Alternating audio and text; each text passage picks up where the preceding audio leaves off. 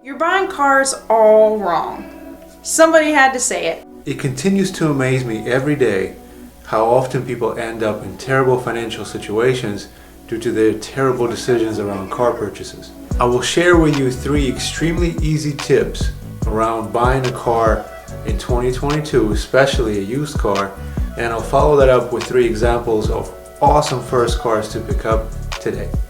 Number 1. Buy used.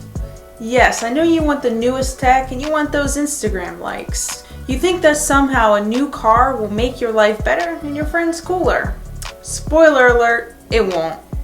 I can't help you come to that conclusion in this short YouTube video, but what I can tell you is that you, like most of the USA, cannot afford a new vehicle. The average new car sold in the US today is around $47,000, and while the used market is on fire, buying used is still usually the way to go.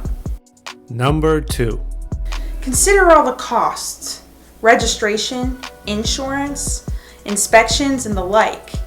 Seems obvious, but it's so common for young people to sign on the dotted line without realizing what that new Scat Pack Challenger is going to cost in gas, insurance, and probably speeding tickets on the way to work. Number 3. So if you don't personally turn a wrench, always get a PPI or a pre-purchase inspection. While not free, it could be the best $200 you ever spent. As a side effect, you will likely form a close connection with the mechanic prior to your purchase, which will make you feel more comfortable whenever the vehicle needs repairs or service, making you always have a place to go. Now that you have the 3 basic tips of how to buy a used car in this economy, here are the 3 awesome examples of a first car that you could pick up. This will include 3 different price ranges, and it will not include your obvious Corollas and Civics, because everybody knows those are awesome, and a really clean, good example will always demand a premium. Under $10,000, the Lexus LS 430. This Japanese luxury barge comes with cockroach levels of reliability. It brings with it a smooth, comfortable ride and a surprisingly decent gas mileage number for a fairly powerful V8. Make sure to get a PPI that will reveal whether the timing belt has been replaced, and be ready to replace a bunch of door lock actuators. But other than that, that thing is a tank. Prepare to spend between $5,000 for a decent high mile example and $10,000 for a really clean low miler, maybe even above.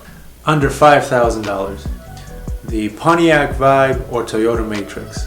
It's a Corolla drivetrain stuffed into a more usable 5-door hatchback form factor. What more can I say? If you're feeling spicy, look out for the XRS/Vibe GT model, which came with a freaking 2ZZ engine that could be found in a Lotus. With a 2ZZ, of course, be prepared, it's a lot more finicky than the base model 1ZZ motor.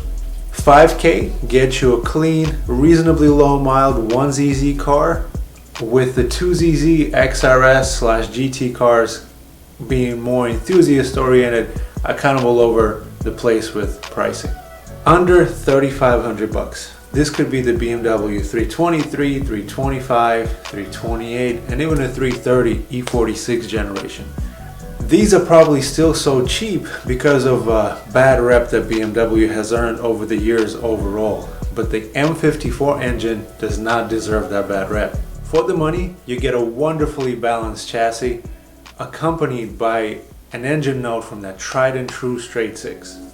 A clean low mile manual car will typically be above $5,000, but a high mile automatic could be had as cheap as $1,500. There are a ton of these with over 250,000 miles on the road still today. With this one, definitely opt in for a PPI that will reveal the condition of the cooling system, which is not the easiest job for your tree shade mechanic. The lack of an LSD is a definite setback for an enthusiast driver, but the comfortable ride and legitimate sports sedan handling more than make up for it. Thank you guys for watching, and I hope you found it useful. Until next time.